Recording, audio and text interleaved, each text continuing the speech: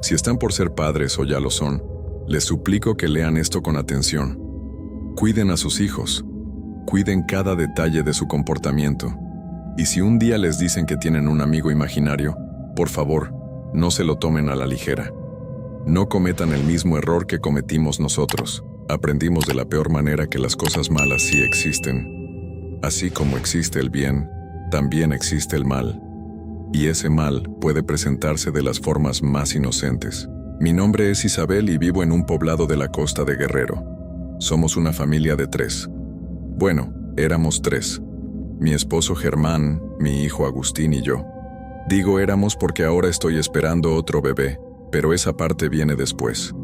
Primero necesito contarles lo que nos pasó, lo que vivimos. Y créanme, cada palabra que van a escuchar es real. Todo comenzó hace unos meses. Agustín era nuestro único hijo y como cualquier padre que quiere lo mejor para su pequeño, tratábamos de darle todo lo que estaba en nuestras manos.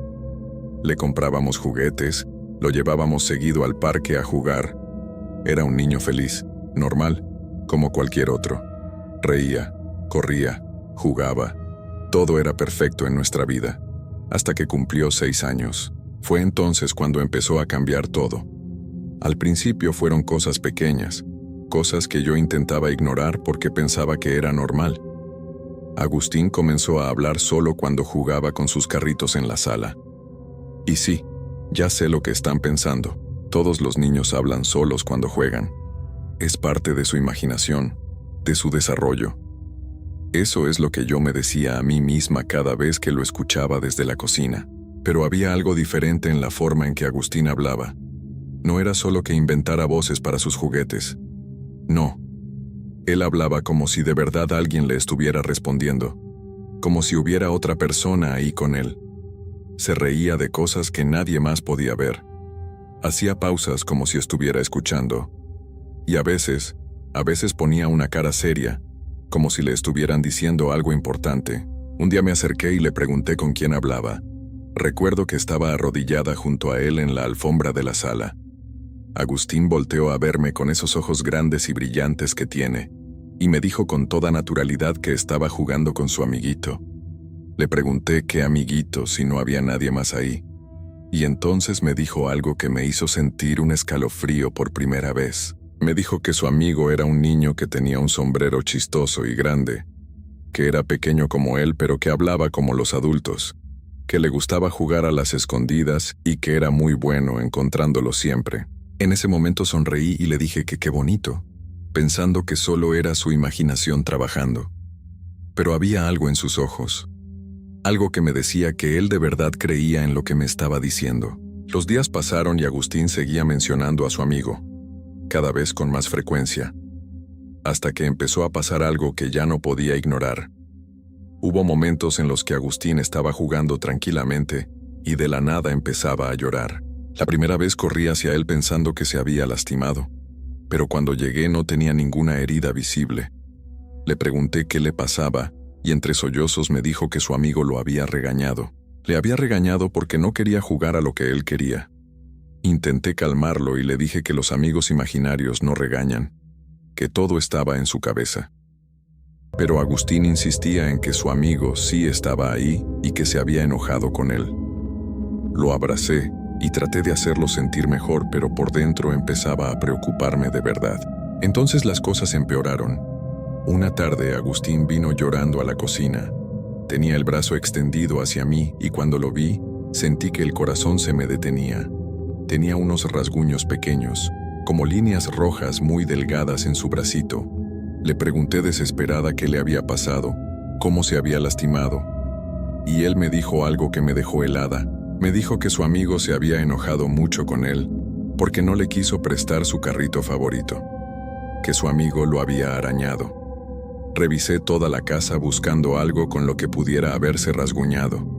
Un juguete roto, una esquina filosa, cualquier cosa. Pero no encontré nada.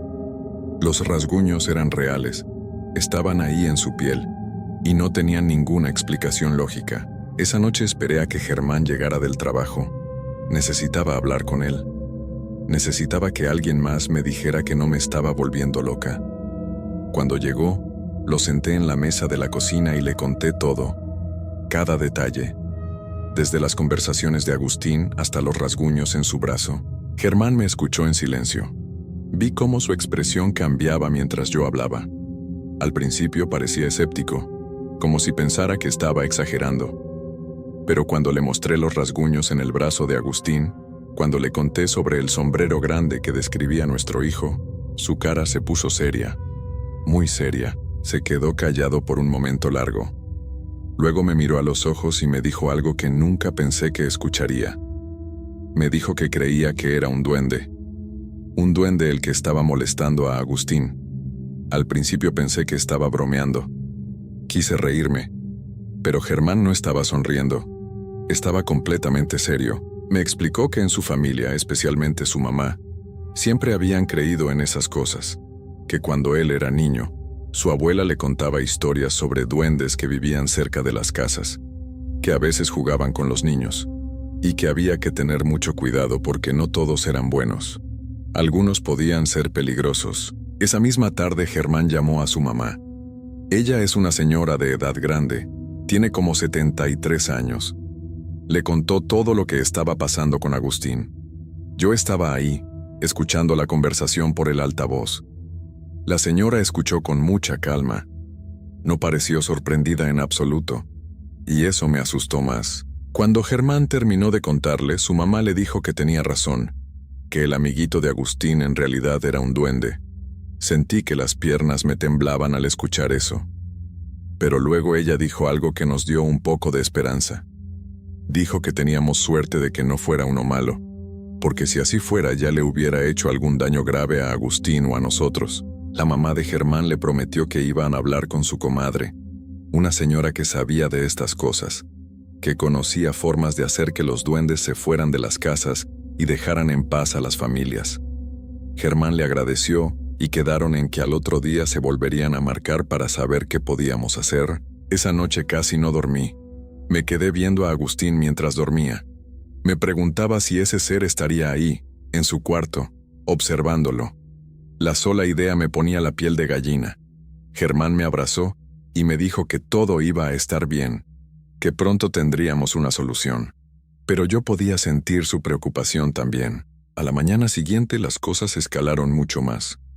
Fue algo que me hizo darme cuenta de que lo que estábamos enfrentando era real y muy peligroso.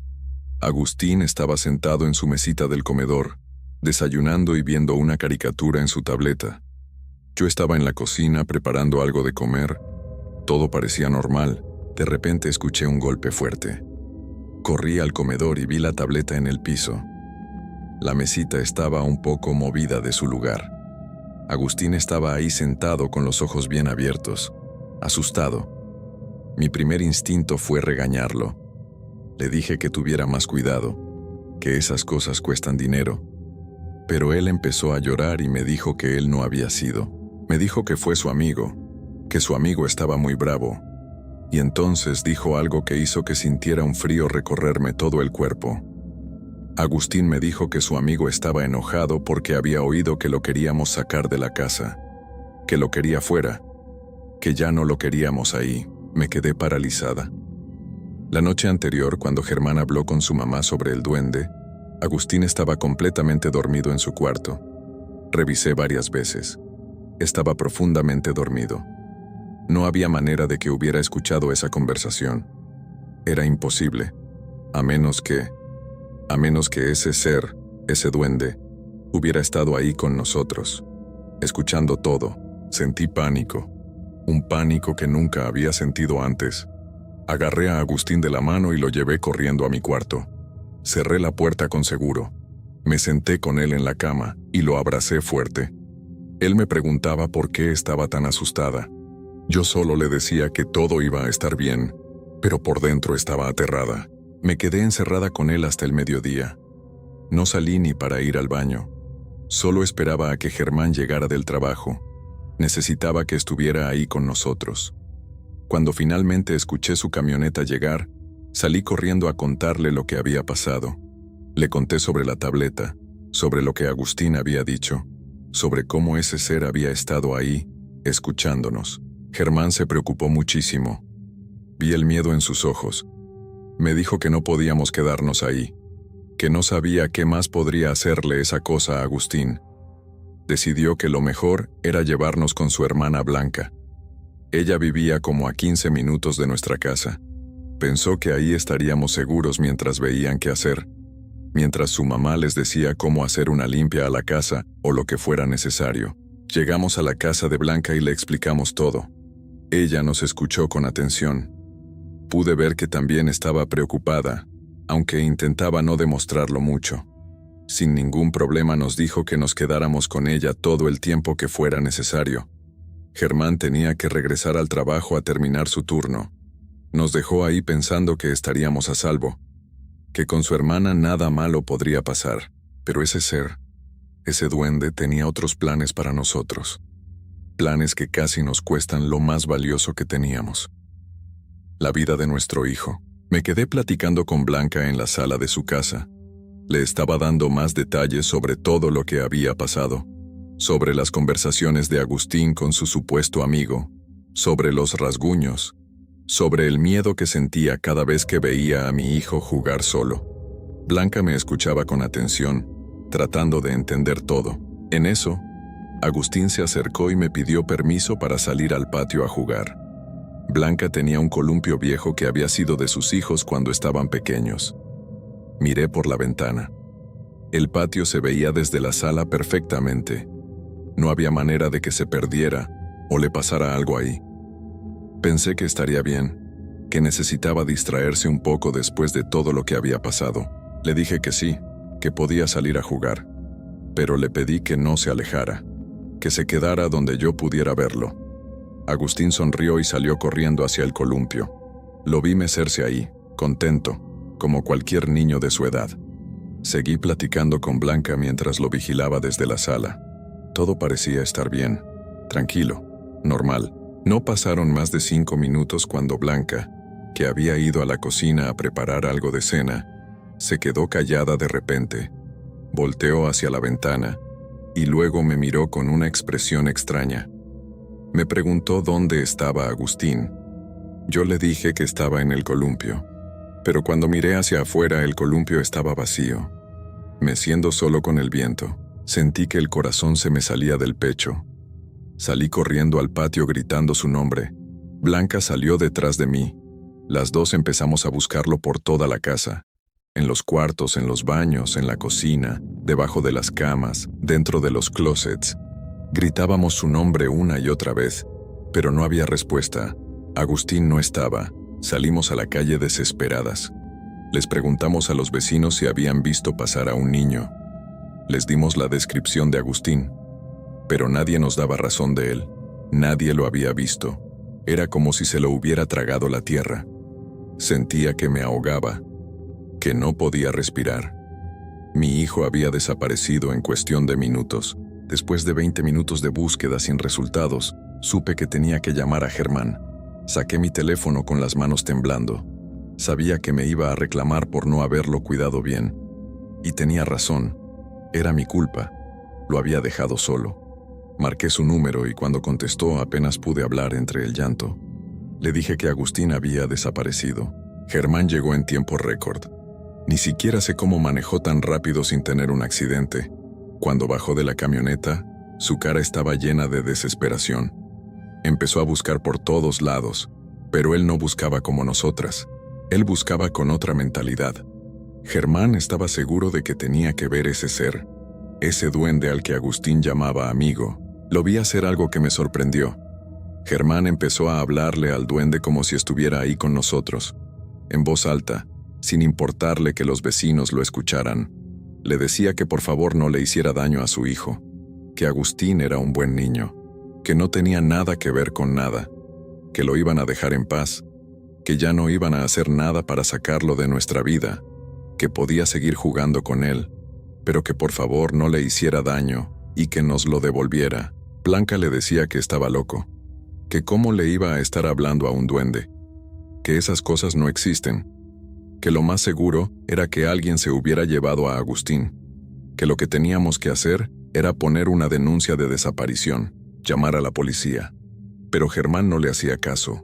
Estaba seguro de lo que estaba pasando. Sabía que el duende los había escuchado aquella noche, que estaba molesto, que se estaba vengando. Seguimos buscando por todos los rincones de la casa de Blanca. Por el patio, por los cuartos, por todos lados. Germán decía que tal vez Agustín solo estaba escondido, que el duende lo estaba ayudando a esconderse como a veces jugaban.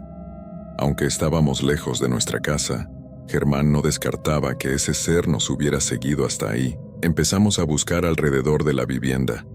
En los solares de al lado donde había mucho monte, había una casa vieja y desocupada que nadie habitaba. Los dueños anteriores habían dejado muchas cosas viejas abandonadas ahí. Muebles rotos, pedazos de madera, cosas oxidadas. Entramos a ese terreno lleno de hierbas altas gritando el nombre de Agustín. Fue entonces cuando Germán vio algo. Un refrigerador viejo, de esos grandotes antiguos que ya nadie usa.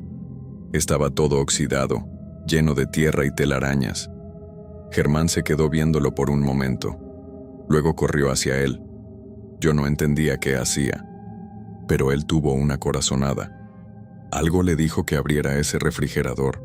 Cuando jaló la puerta y la abrió, el tiempo se detuvo. Ahí estaba Agustín, metido dentro de ese refrigerador. Estaba empapado en sudor. Su carita estaba roja. Respiraba con dificultad. Estaba casi a punto de desmayarse por la falta de oxígeno. Aunque el refrigerador era viejo, la puerta todavía sellaba bien, herméticamente. Mi hijo se estaba asfixiando ahí dentro. Germán lo sacó rápido y lo recostó entre las hierbas. Me gritó mientras le echaba aire con un pedazo de cartón que encontró por ahí. Yo llegué corriendo con Blanca detrás de mí. Cuando vi a mi hijo así, casi sin poder respirar, empecé a llorar sin control. Pensé que estaba muy grave, que lo íbamos a perder, que habíamos llegado demasiado tarde. Pero gracias a Dios Agustín solo estaba débil por la falta de oxígeno. Poco a poco empezó a respirar mejor.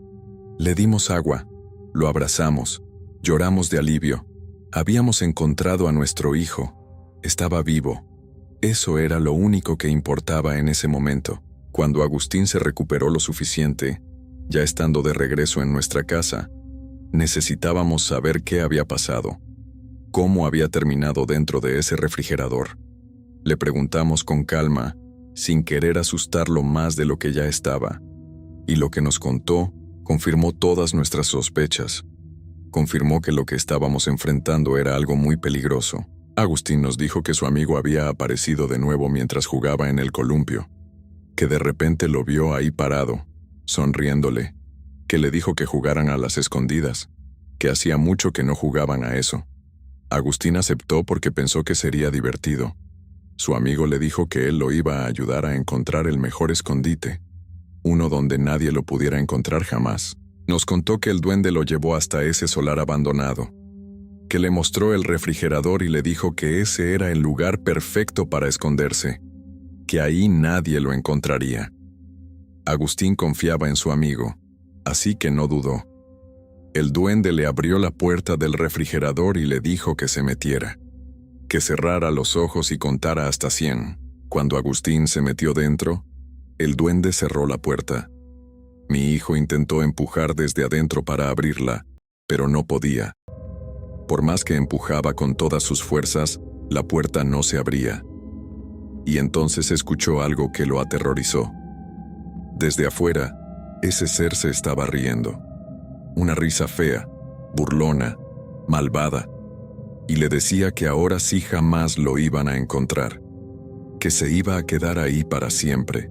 Cuando Germán escuchó eso, se llenó de rabia, una rabia que yo nunca había visto en él. Inmediatamente llamó a su mamá para saber qué le había dicho su comadre, qué podíamos hacer para ahuyentar para siempre a esa cosa maligna. Su mamá le dijo que su comadre sí podía ayudarnos, pero que teníamos que ir hasta su casa, que ella necesitaba trabajar desde ahí, desde nuestro hogar, para poder limpiar todo. A la mañana siguiente, Germán pidió permiso en su trabajo. Salimos temprano hacia el pueblo donde vivía su mamá y la comadre. La señora se llamaba Oliva. Era una mujer mayor, de cara seria pero con ojos amables. Nos recibió en su casa y escuchó toda nuestra historia. Cuando terminamos de contarle, ella asintió como si ya supiera exactamente de qué se trataba. Doña Oliva nos dijo que necesitaba unas hierbas especiales. Fuimos a comprarlas ese mismo momento en el pueblo. Cuando regresamos a nuestra casa, ella empezó con su trabajo. Hizo una limpia completa de cada rincón. Rezaba oraciones, decía plegarias, quemaba las hierbas.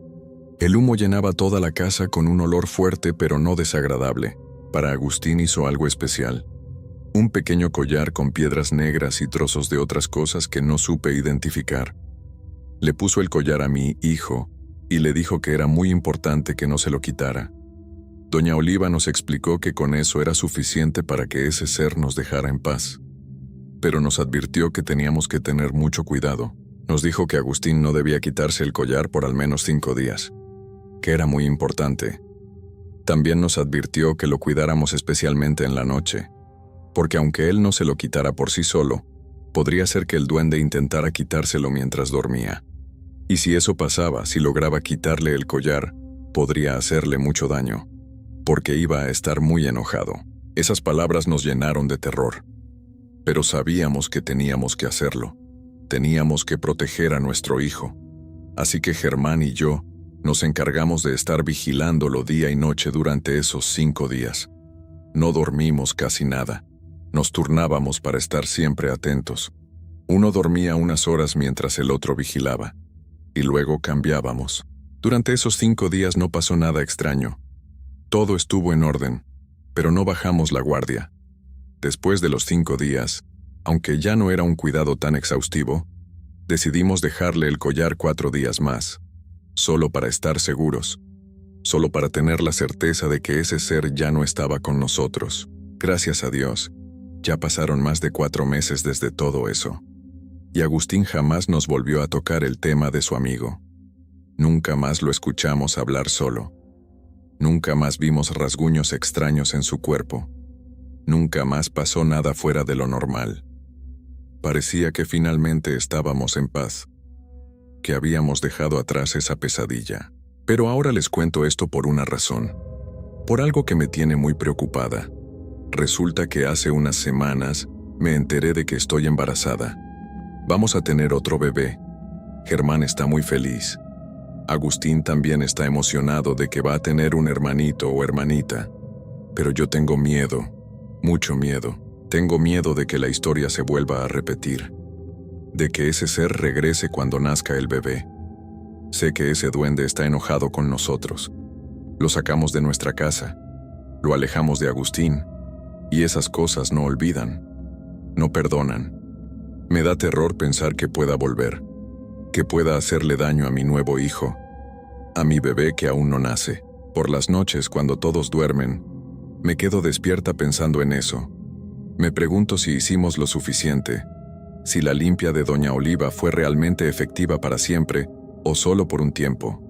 Me pregunto si cuando nazca el bebé, ese ser va a sentir la presencia de un nuevo niño en la casa, y si va a regresar, pero por otra parte, trato de mantener la fe.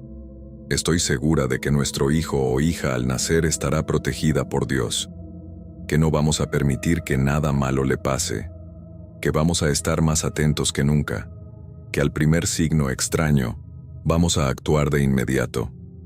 No vamos a cometer los mismos errores que cometimos con Agustín. Por eso les digo a todos los padres que me escuchan, no ignoren las señales. No piensen que todo es imaginación de sus hijos. Si les dicen que tienen un amigo imaginario, presten atención. Observen cómo se comportan. Si ven rasguños sin explicación, si los ven asustados sin razón, si pasan cosas extrañas en su casa, busquen ayuda. No esperen a que sea demasiado tarde. Nosotros tuvimos suerte. Encontramos a Agustín a tiempo, pero pudimos haberlo perdido. Esa puerta de refrigerador pudo haberse quedado cerrada para siempre, y nunca me lo hubiera perdonado. Por eso comparto esta historia, para que otros padres no pasen por lo que nosotros pasamos, para que sepan que estas cosas existen, que el mal existe, y que hay que proteger a nuestros hijos de cualquier forma posible. Ahora solo nos queda esperar a que nazca nuestro bebé, y rezar para que todo esté bien, para que esa cosa no regrese nunca más a nuestras vidas. Y si regresa, esta vez estaremos preparados. Esta vez no nos va a tomar por sorpresa, porque ahora sabemos que el mal es real y que como padres, nuestro deber es mantener a salvo a nuestros hijos. Siempre. Hola, mi nombre es Juventino y soy de Tehuacán, Puebla. Lo que voy a contarles no es un cuento ni algo que inventé para asustar a la gente. Es algo que me pasó a mí, algo que viví en carne propia y que cambió mi vida para siempre. Todavía hoy, cuando cierro los ojos, puedo sentir ese frío que me recorrió el cuerpo aquella noche. Puedo escuchar esos sonidos que jamás debí haber escuchado, y puedo ver esas cosas que ningún ser humano debería ver. Todo comenzó hace algunos años, cuando yo era un hombre diferente. No voy a mentirles. En ese entonces yo tenía un problema serio con la bebida. Cada noche salía con mis amigos y regresaba a casa cuando ya estaba amaneciendo. Mi esposa me rogaba que dejara eso. Me decía que algo malo me iba a pasar algún día. Pero yo no le hacía caso. Pensaba que nada podía pasarme, que conocía bien el camino a casa y que podía cuidarme solo. La noche que todo cambió era como cualquier otra. Había estado bebiendo con unos conocidos en el centro del pueblo. Cuando me di cuenta de la hora, ya eran pasadas las 3 de la mañana. Todos se habían ido y yo me quedé solo, tambaleándome por las calles vacías. El camino a mi casa cruzaba por el viejo puente de piedra que está a las afueras del pueblo. Era un puente antiguo, construido quién sabe cuándo. La gente del pueblo decía cosas raras sobre ese lugar, pero yo nunca les presté atención. Eran solo historias para asustar a los niños, pensaba yo. Esa noche hacía un frío terrible. El cielo estaba completamente oscuro, sin estrellas ni luna. Solo había el sonido de mis pasos y mi respiración pesada. Iba caminando despacio, tratando de no tropezarme, cuando de repente vi algo que llamó mi atención. A unos metros de mí, justo en medio del camino, había una gallina. Pero no era una gallina normal. Era enorme y completamente blanca. Tan blanca que parecía brillar en medio de la oscuridad. En mi estado de borrachera, lo primero que pensé fue que sería perfecta para el desayuno. Imaginé a mi esposa preparándola en caldo y mi boca se hizo agua. Así que decidí atraparla. Me acerqué despacio, tratando de no asustarla, pero cuando estuve cerca el animal salió corriendo. Yo corrí detrás de ella, olvidando el cansancio y el frío. La gallina corría rápido, demasiado rápido para ser normal, pero yo estaba decidido a atraparla. La persecución me llevó directamente hacia el puente. La gallina cruzó corriendo y yo la seguí sin pensarlo. Mis pies golpeaban fuerte contra las viejas piedras del puente. El sonido retumbaba en la oscuridad. De repente, la gallina se detuvo justo en el centro del puente. Yo también me detuve jadeando, tratando de recuperar el aliento. Estiré la mano para agarrarla, pero en ese instante pasó algo que me heló la sangre. La gallina comenzó a cambiar. Su cuerpo empezó a encogerse y retorcerse de una forma horrible. Las plumas blancas se fueron cayendo y aparecieron brazos y piernas pequeñas. La cabeza se transformó en algo parecido a un rostro humano, pero no del todo. Era como un niño deforme, con ojos negros enormes y dientes afilados.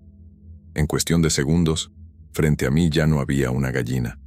Había una criatura de apenas medio metro de altura, mirándome fijamente con una sonrisa espantosa. Quise gritar, quise correr, pero no pude. Mi cuerpo estaba paralizado. Era como si un peso invisible me estuviera aplastando. No podía mover ni un solo músculo. La criatura se acercó a mí lentamente, sin dejar de sonreír. Podía oler su aliento pútrido. Sentía su presencia fría rodeándome. Y entonces sentí que algo me agarraba de los tobillos. Eran manos pequeñas pero increíblemente fuertes. Manos que no podía ver pero que sentía perfectamente. Me apretaban con tanta fuerza que me dolían los huesos. Y entonces comenzaron a jalarme. Yo seguía sin poder moverme por mi cuenta, sin poder resistirme. Mi cuerpo se movía solo, arrastrado hacia el borde del puente. Traté de gritar, pero mi voz no salía. Solo podía sentir el terror recorriéndome por dentro mientras esas cosas invisibles me llevaban hacia abajo. Me arrastraron por debajo del puente. Ahí abajo estaba más oscuro todavía. El olor a humedad y a tierra mojada era tan fuerte que me daba náuseas. Pero había otro olor también, un olor dulzón y repugnante que no puedo describir bien. Era el olor de algo podrido, de algo que no debería estar ahí. Yo estaba tirado en el suelo, todavía paralizado, mirando hacia arriba donde apenas se veía un pedacito de cielo negro entre las piedras del puente. Y entonces los escuché. Primero fueron risas. Risas agudas y horribles que parecían venir de todas partes. Eran como risas de niños, pero distorsionadas, como si alguien las hubiera grabado y las estuviera reproduciendo al revés. Después, vinieron los susurros. No podía entender lo que decían, pero sabía que estaban hablando de mí. Sentía sus voces entrando en mis oídos como gusanos. Me estaban diciendo cosas terribles que mi mente no quería entender. Poco a poco mis ojos se fueron acostumbrando a la oscuridad, y lo que vi me hizo desear seguir ciego. Había más criaturas, muchas más. Estaban por todas partes, moviéndose entre las sombras. Eran como la primera que había visto, del tamaño de niños pequeños, pero cada una era diferente. Algunas tenían orejas puntiagudas enormes, otras tenían garras largas en lugar de dedos. Todas me miraban con esos ojos negros sin fondo, y todas sonreían mostrando dientes filosos. En el centro del grupo estaba la gallina blanca, o lo que quedaba de ella. Las criaturas la estaban destrozando. Arrancaban pedazos con sus manos y sus bocas. El sonido era espantoso. Era como escuchar huesos quebrándose y carne siendo desgarrada. Comían con una desesperación salvaje, gruñendo y peleándose entre ellas por los mejores pedazos. La sangre corría por sus bocas y sus manos, y mientras comían no dejaban de mirarme a mí. Sabía lo que estaban pensando. Sabía que cuando terminaran con la gallina, vendría mi turno. El pánico finalmente rompió la parálisis. De repente pude mover los dedos, luego las manos. Sentí que el control de mi cuerpo regresaba poco a poco. Las criaturas se dieron cuenta. Dejaron de comer y empezaron a acercarse a mí. Se movían como arañas usando sus manos y pies para trepar por las paredes y el techo. Sus ojos brillaban en la oscuridad. Sus risas se hacían más fuertes y más locas. Recordé algo que mi abuela me había enseñado cuando era niño. Me había dicho que cuando el mal te rodea, solo la fe puede salvarte. Con las manos temblando, levanté la mano derecha y tracé una cruz en el aire. Cerré los ojos con fuerza y comencé a rezar. Las palabras salían entrecortadas de mi boca, porque apenas podía respirar del miedo. Recé el Padre Nuestro completo, cada palabra, sin saltarme ninguna. El efecto fue inmediato. Las criaturas comenzaron a chillar. Era un sonido horrible como el de animales siendo lastimados. Se alejaron de mí como si mis palabras las quemaran. Algunas se tapaban los oídos con sus manos deformes. Otras se retorcían en el suelo. Seguí rezando más fuerte con más convicción. Sentí que la fuerza regresaba a mis piernas. Me levanté como pude, sin dejar de hacer la señal de la cruz una y otra vez. Las criaturas estaban furiosas. Gritaban y saltaban a mi alrededor, pero no se atrevían a tocarme. Aproveché ese momento y corrí. Corrí con todas las fuerzas que me quedaban. Salí de debajo del puente y subí el terraplén como pude, resbalándome con la tierra mojada. Sentía que me perseguían. Podía escuchar sus pasos rápidos detrás de mí y sus gritos de enojo. Corrí sin mirar atrás. Mis pulmones ardían y mi corazón latía tan fuerte que pensé que se me iba a salir del pecho. Las piernas me dolían terriblemente, pero no podía detenerme. Seguía escuchando esas risas macabras detrás de mí, cada vez más cerca. Sentía que en cualquier momento algo me iba a agarrar y me iba a arrastrar de regreso a ese lugar horrible. De repente sentí un dolor agudo en los tobillos. Algo me había alcanzado. Eran garras que se clavaban en mi piel, rasgando la tela del pantalón. Sentí dientes pequeños pero filosos mordiéndome las piernas. El dolor era insoportable, pero no me detuve. Seguí corriendo, arrastrando a esas cosas conmigo. Pateaba tratando de quitármelas de encima mientras seguía rezando entre jadeos. No sé de dónde saqué las fuerzas, pero logré sacudírmelas. Escuché sus chillidos de frustración mientras quedaban atrás. No dejé de correr hasta que llegué a mi casa. Golpeé la puerta con desesperación gritando el nombre de mi esposa. Ella abrió asustada y yo entré de golpe, cerrando la puerta detrás de mí con fuerza. Me recosté contra la puerta, temblando de pies a cabeza.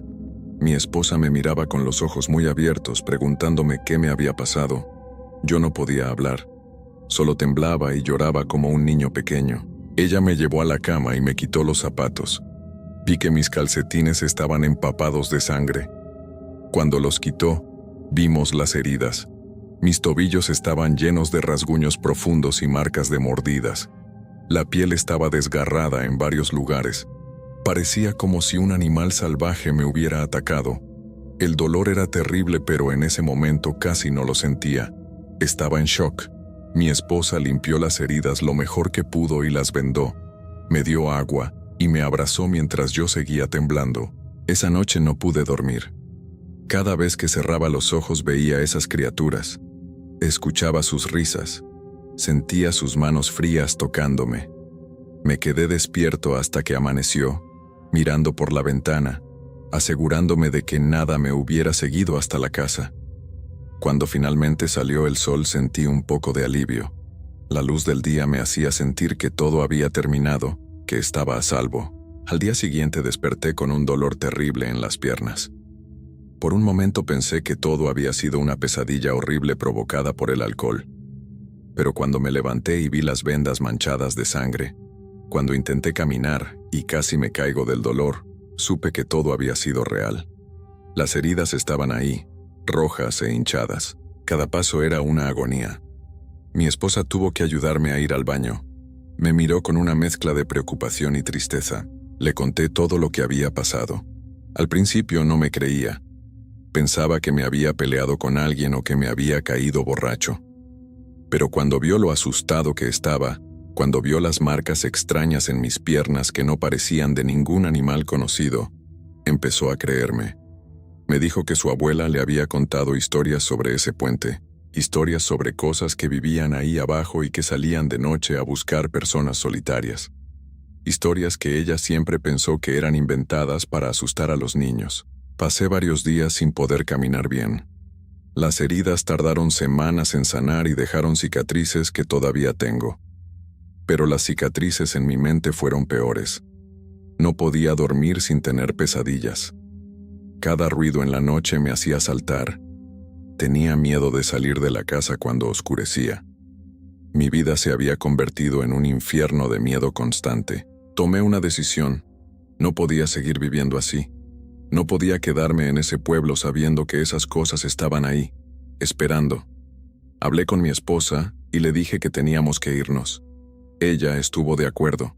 Empacamos nuestras cosas y nos fuimos a vivir con un tío mío que vivía en otro estado, lejos de Tehuacán. Dejé el alcohol ese mismo día y nunca más volví a tomar. El miedo me curó de esa enfermedad mejor que cualquier tratamiento. Han pasado años desde aquella noche, pero nunca he regresado a ese pueblo. A veces hablo por teléfono con algunos conocidos que todavía viven allá. Me han contado cosas que me hacen saber que no fui el único. Dicen que la gente sigue escuchando risas raras cerca del puente cuando pasa de noche. Dicen que a veces aparecen huellas pequeñas de sangre en las piedras que no estaban ahí antes. Dicen que algunos animales del pueblo han desaparecido misteriosamente. Y dicen que nadie que vive ahí se atreve a cruzar ese puente después de que oscurece. Yo sé la verdad. Sé que esas cosas siguen ahí. Siguen esperando debajo de ese puente a que pase alguien solo, alguien desprevenido. Siguen engañando a la gente con formas que parecen inofensivas hasta que es demasiado tarde. Por eso les cuento mi historia, para que sepan que hay lugares que es mejor evitar, para que sepan que algunas leyendas no son solo leyendas, y para que si algún día ven una gallina blanca caminando sola en medio de la noche, le den la vuelta y sigan su camino. Porque lo que parece una simple ave podría ser la última cosa que vean.